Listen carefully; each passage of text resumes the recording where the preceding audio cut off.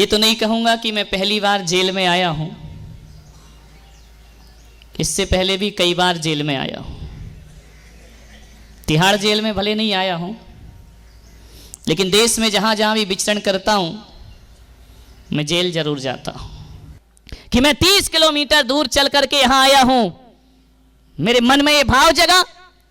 आदरणीय निर्मल जी वैद्य और तीनों भाई, इनकी भी भावना जगी कि महाराज आपने पूरे दिल्ली में बड़े बड़े मैदान, जापानी मैदान और नेपाली मैदान में प्रवचन किए हैं। कुछ लोग ऐसे हैं जो इस समाज से कट गए हैं, दुनिया से कट गए हैं, क्या उनकी तरफ भी आपकी नजर होगी? मैंने कहा ध्यान रखना, हजारों लोग मुझसे मिलने के लिए हजारों किलोमीटर से आते हैं, लेकिन यदि ये भावना है तो मैं खुद चल करके इनसे मिलूंगा जा करके। ध्यान रखना, लोग मुझसे मिलने आते हैं, किस्मत वाले हो तुम कि मैं आज तुमसे मिलने के लिए यहां पर आया हूं।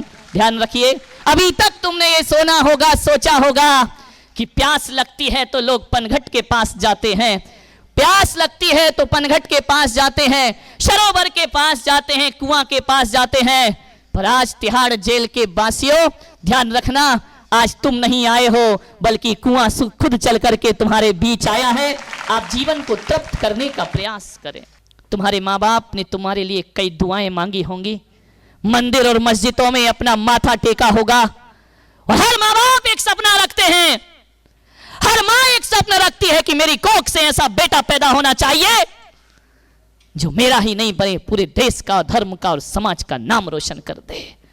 कौन है जो ऐसा ना सोचता होगा? हर माँ बाप के अरमान हुआ करते हैं। 9 महीने जो माँ हमें कोख में रखती है, पेट में रखती है, वह ये सोच करके तुम्हें पेट में नहीं रखती है कि तुम कुल अंगार बन करके खड़े हो जाओ।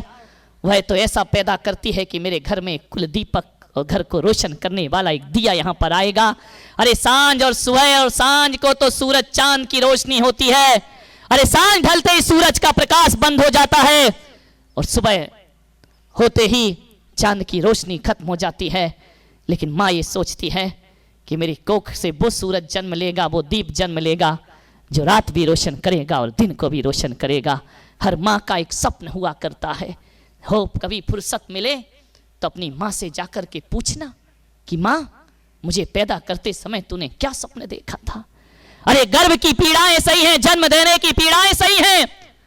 अरे कोई ऐसा काम अपने जीवन में कर दे कि माँ को लगता कि मैंने अपने दूध पिला करके इस बच्चे को इस योग्य बना दिया है, आज मेरा माँ बनना सार्थक हो गया। सोचिए, कभी याद करो, अकेले में बैठना, एकांत में बैठना और सोचना कि काश उसकी जगह आपके सीने में माँ का दिल होता और तुम्हारा बेटा यदि किसी कैद खाने में पड़ा होता।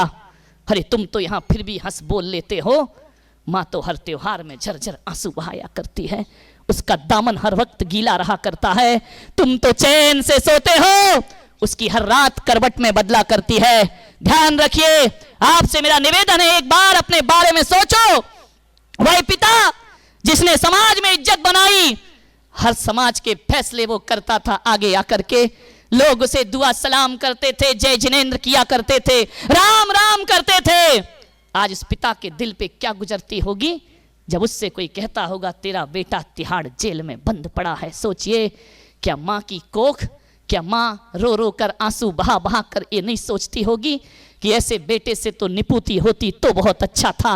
अरे बांझ का जीवन जी लेती, लेकिन अपराधी की मां बनने का दुर्भाग्य मुझे देखने ना पड़ता।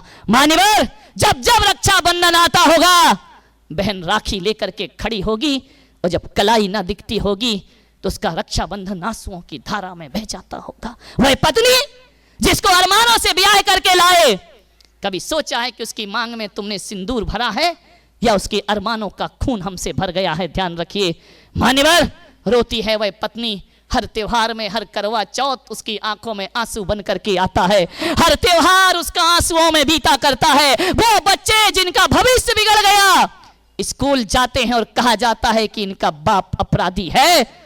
अपनी ही कुंठा में वो अपनी ज्ञान का विकास करें, अपने भविष्य को बनाए या उस कुंठा में जीते रहें। मान्यवर, कोई बात नहीं है, हो जाती हैं गलतियां दुनिया में सभी से। कौन है जिससे अपराध नहीं होते हैं? कभी कभी तो अपराध भगवान भी कर लिया करते हैं। मेरे भाई, घबराने की जरूरत नहीं, लेकिन आज से ही अपना जीवन हम बदलने का प्रयास करें। अरे ऐसा जीवन जियो, ऐसा जीवन जियो कि किसी को यदि उम्र कैद हुआ है, ऐसा जीवन जियो, किसी को यदि सजा मिली है, अरे ऐसा बना लो इस जेल को, ऐसा आश्रम बना दो, अरे तुम्हारी सजा माफ ना हो तो कम से कम हाफ तो हो ही जाए। ऐसा मैं आशीर्वाद तुमको यहाँ से प्रदान करता हूँ, अपना जीवन बदलिए। महाराज जी, परिधि एनजीओ के ऑर्गेनाइजर्स, निर्मल जी, हमारे गेस्ट और 2000 की संख्या में हमारे बंदी भाई, हम उम्मीद करते हैं कि जो विचार हमारे प्रति इन्होंने प्रकट किए हैं, हम उन पे चलने की कोशिश करेंगे। आप अपनी तालियों की गड़गड़ाहट से इस चीज़ को अप्रूव करिए कि स्वामी जी ने जो बातें कही हैं हम उनके ऊपर चलेंगे। आप सभी को मालूम है कि अब जेल को हम जेल नहीं, आश्रम का नाम दे चुके हैं, और जेल के जो बहुत सारे पुराने कानून थे, धीरे धीरे हम उनको सॉफ्ट कर रहे हैं। मेरा नाम रवि मिश्रा है और मैं तिहाड़ जेल नंबर 4 में बंद हूँ। जब से मैं जेल में आया हूँ, पहले मेरी धारणा जेल के प्रति कुछ और थी।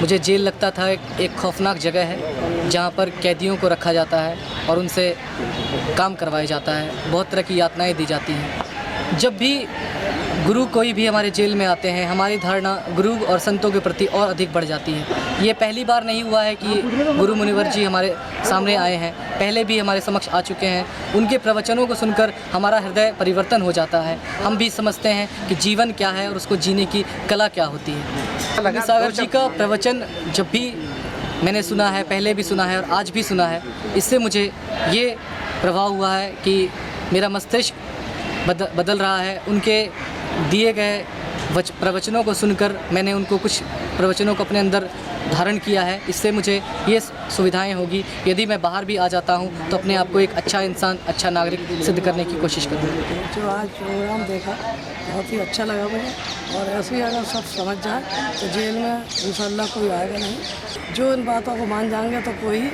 माँ बापों से जुदा नहीं होगा, अपने बच्चों से जुदा नहीं होगा, ना किसी को कोई परेशानी होगी। अगर महात्मा हो गए और आप लोगों के विचार पर चलते रहे तो कोई परेशानी का सामना नहीं करना।